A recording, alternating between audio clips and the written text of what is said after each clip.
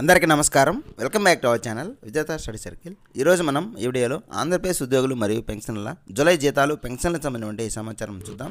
అంతకన్నా ముందుగా మన ఛానల్లో అందరికీ జీతాలు పెన్షన్లు జమ అయ్యే వరకు ఎప్పటికప్పుడు 100% ఖచ్చితమైన తాజా సమాచారంతో వీడియో చేయడం జరుగుతుంది. అలాంటి వీడియోస్ కావాలనుకుంటే మన ఛానల్ సబ్స్క్రైబ్ చేసుకొని ఫాలో అవ్వండి. మీకు తెలిసిన వారికి తెలియచేయండి. ఈ ఆలస్యం చేయకుండా మనం వీడియోలోకి వెళ్దాం. ఇప్పుడే ఉద్యోగులు మరియు పెన్షన్లకు సంబంధించిన చాలా బిల్లులు చెక్ చేయడం జరిగింది.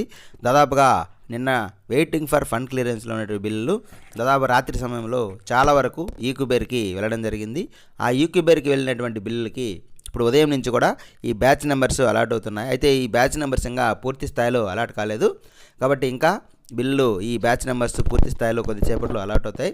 దాదాపుగా మనకి 9 గంటల సమయం నుంచి ఈ జీతాలు పెన్షన్లు జమ కావడం అనేది ప్రారంభమవుతుంది.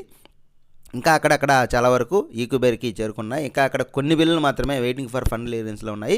ఎక్కువ భాగం ఈక్యూబేర్కి వెళ్ళాయి. వాటి నుంచి చాలా వరకు బ్యాచ్ నెంబర్స్ కూడా అలాట్ అవుతున్నాయి.